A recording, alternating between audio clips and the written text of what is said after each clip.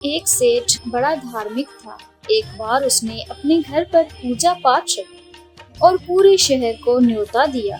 पूजा पाठ के लिए बनारस से एक विद्वान शास्त्री जी को बुलवाया गया और खान पान की व्यवस्था के लिए शुद्ध देसी घी के भोजन की व्यवस्था की गई, जिसके बनाने के लिए एक महिला जो पास के गांव में रहती थी उसके सुपुर्द कर दिया गया। शास्त्री जी कथा आरंभ करते हैं, गायत्री मंत्र का जाप करते हैं और उसकी महिमा बताते हैं। उसके बाद हवन पाठ इत्यादि होता है। लोग आने लगे और अंत में सब भोजन का आनंद लेते घर वापस हो जाते हैं। ये सिलसिला रोज चलता है। भोजन प्रसाद बनाने वाली महिला बड़ी कुशल थी। वो अपना काम करके बीच बीच में कथा आदि सुन लिया करती थी। रोज की तरह एक दिन शास्त्री जी ने गायत्री मंत्र का जाप किया और उसकी महिमा का बखान करते हुए बोले कि इस महामंत्र को पूरे मन से एकाग्रचित्त होकर किया जाए तो इससे भव सागर से पार जाया जा सकता है। इंसान जन्म मरण के झंझटों से मुक्त हो सकता है। ऐसा करते करते कथा का अंतिम दिन भी आ गया। वो महिला उस दिन समय से पहले आ गई और शास्त्री जी के पास पहुंच गई। उन्हें प्रणाम किया और बोली कि शास्त्री जी, आपसे एक निवेदन है। शास्त्री जी उसे पहचानते थे। उन्होंने उसे चौके में खाना बनाते हुए देखा था। वो बोले, कहो क्या कहना चाहती हो। वो थोड़ी संकोच से बोली कि शास्त्री जी, मैं एक गरीब महिला हूँ और पड़ोस के गांव में रहती हूँ। मेरी इच्छा है कि आज का भोजन आप मेरी झोपड़ी में करें। सेठ जी भी वहीं थे।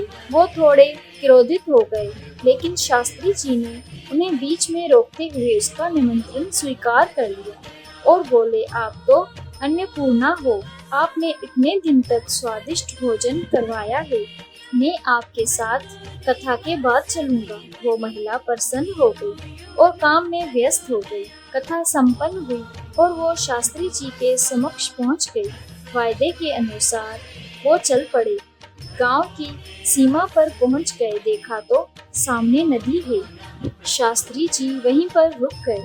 बारिश का मौसम होने के कारण नदी उफान पर थी। कहीं कोई नाव भी नहीं दिख रही थी। शास्त्री जी को रुकता देख महिला ने अपने वस्त्रों को ठीक से अपने शरीर पर लपेट लिया। उससे पहले कि शास्त्री जी कुछ समझते, उसने शास्त्री जी का हाथ थामकर नदी में छलांग लगा दी और जोर जोर से ओम भूर्भुवः स्वः ओम भूर्भुवः स्वः बोलने लगी और एक हाथ से तैरती हुई कुछ ही क्षणों में फनती नदी की तेज धारा को पार करके दूसरे किनारे पहुंच गई। शास्त्री जी पूरे भीग चुके थे और क्रोध में बोले, मूर्ख औरत, ये क्या पागलपन है। अगर डूब जाते तो। महिला बड़े आत्मविश्वास से बोली, शास्त्री जी, डूब कैसे जाते। आपका बताया हुआ मंत्र जो साथ था, मैं तो पिछले 10 दिनों से इसी तरह नदी पार करके आती जाती रहती हूँ। शास्त्री जी बोले, क्या मतलब। महिला बोली कि आपने तो कहा था कि इस मंत्र से भवसागर पार किया जा सकता है, लेकिन इसके कठिन शब्द मुझे याद नहीं हुए। ओम भूर्भुवः स्वः याद रह गया, तो मैंने सोचा कि भवसागर तो निश्चिंत ही बहुत विशाल होगा, जिससे इस मंत्र से पार किया जा सकता है। तो क्या आधे मंत्र से छोटी सी नदी पार नहीं होगी।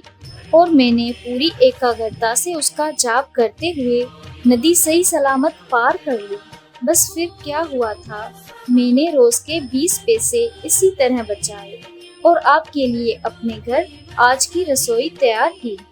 शास्त्री जी का क्रोध व झुंझलाहट अब तक समाप्त हो चुकी थी। उसकी बात सुनकर उनकी आंखों में आंसू आ गए।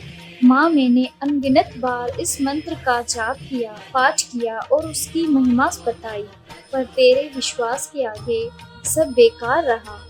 इस मंत्र का जाप जितनी श्रद्धा से तूने किया, उसके आगे नतमस्तक हूँ। तू धन्य है कहकर उन्होंने उस महिला के चरण स्पर्श किए। उस महिला को कुछ समझ नहीं आ रहा था। वो खड़ी की खड़ी रह गई। शास्त्री जी भाव विभोर से आगे बढ़ गए। वो पीछे मुड़कर बोले, माँ, क्या भोजन नहीं करवाओगी? बहुत भूख लगी है। जय श्री कृष्ण।